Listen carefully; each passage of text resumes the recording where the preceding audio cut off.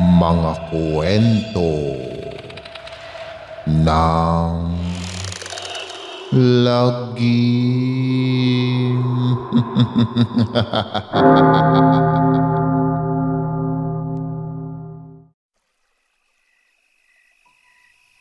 Kamusta na mga giliw naming tagapakinig?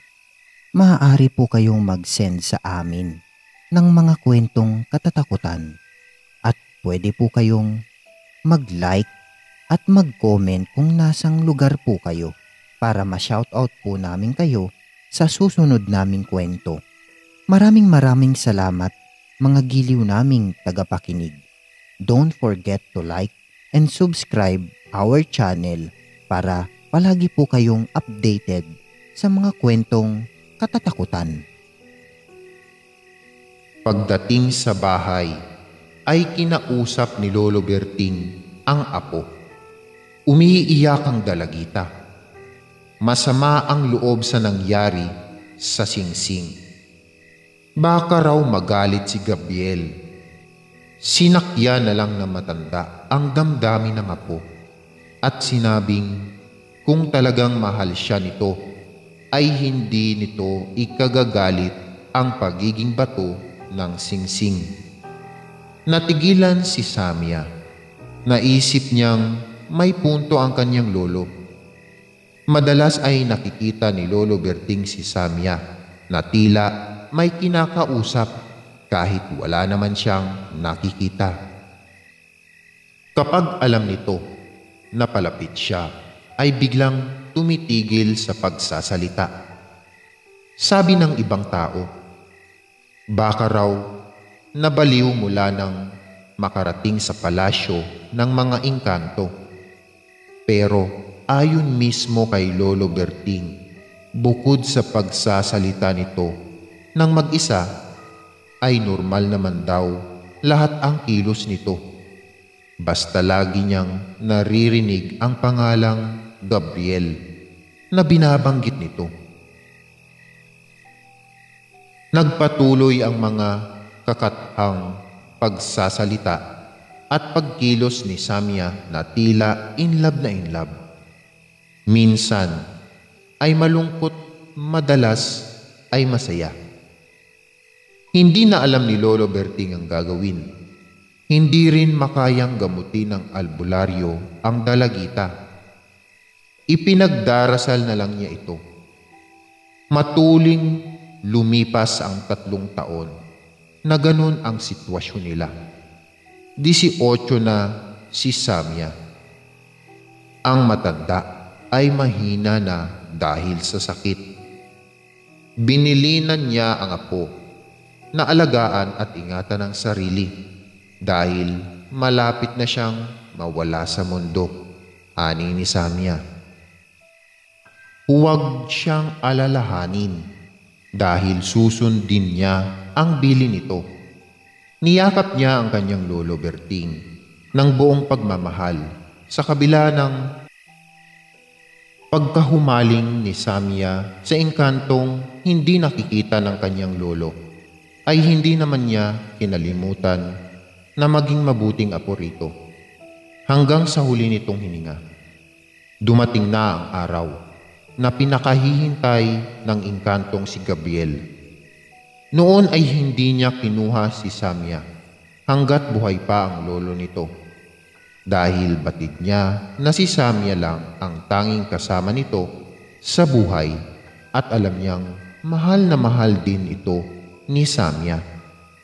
Kahit siya ay engkanto, iginalang niya ang damdamin ng maglolo. Naghintay siya ng tamang panahon para makasama ang babaeng pinakamamahal niya mula pa man nung una niya itong makita sa kakahuyan.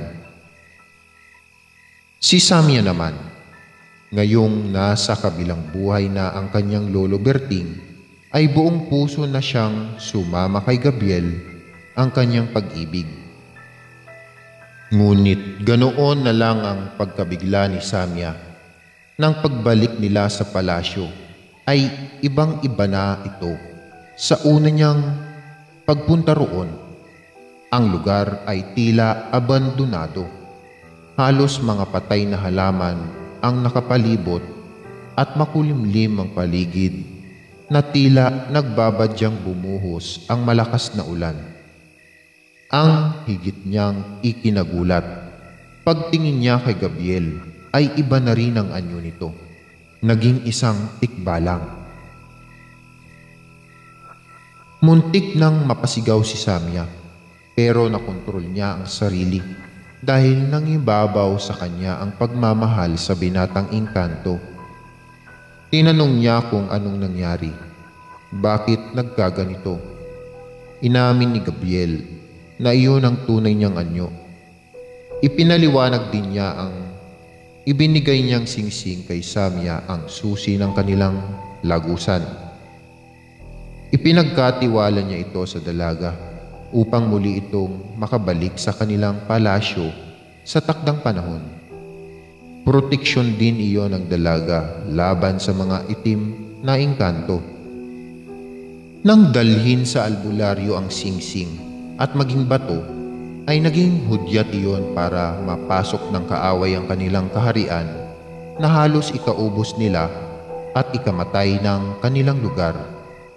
At dahil nga wala na ang singsing, siya na lang mismo ang palaging nagbabantay sa dalaga. Kinakalaban niya ang mga itim na engkantong nagtatangkang lumapit dito dahil alam na ito ang kanyang kasintahan. Inilibot ng dalaga ang paningin sa mapanglaw na kaharian. Mula sa bulsa ay dinukot niya ang bato na dating singsing. Ipinakita niya iyon kay Gabriel. Nagulat si Gabriel. Hindi makapaniwalang nasa pangangalaga pa iyon ng dalaga. Ani ni Samya, kahit ang singsing ay naging bato, kahit ang palasyong iyon ay gumuho, at kahit pa ang nobyo niyang gwapo ay maging tikbalang natuliro, ang pag-ibig niya rito ay hindi magbabago.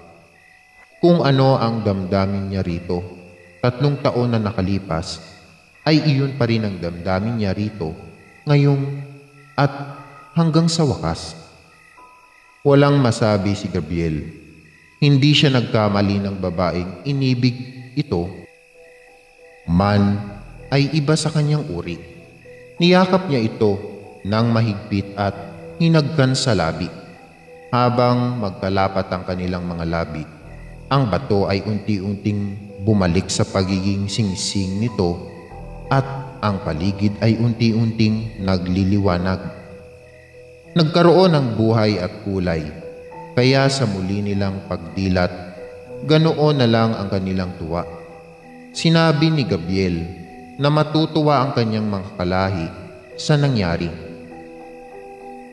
Ang mga taga-baryo ay nagtataka sa biglang pagkawala ni Samya matapos ang libing ng kanyang lolo Berting. Hindi nila alam kung saan ito nagpunta, maliban sa albularyong si Kaenteng. Batid niya na ang dalaga ay tuluyan ng sumama sa nobyo nitong engkanto.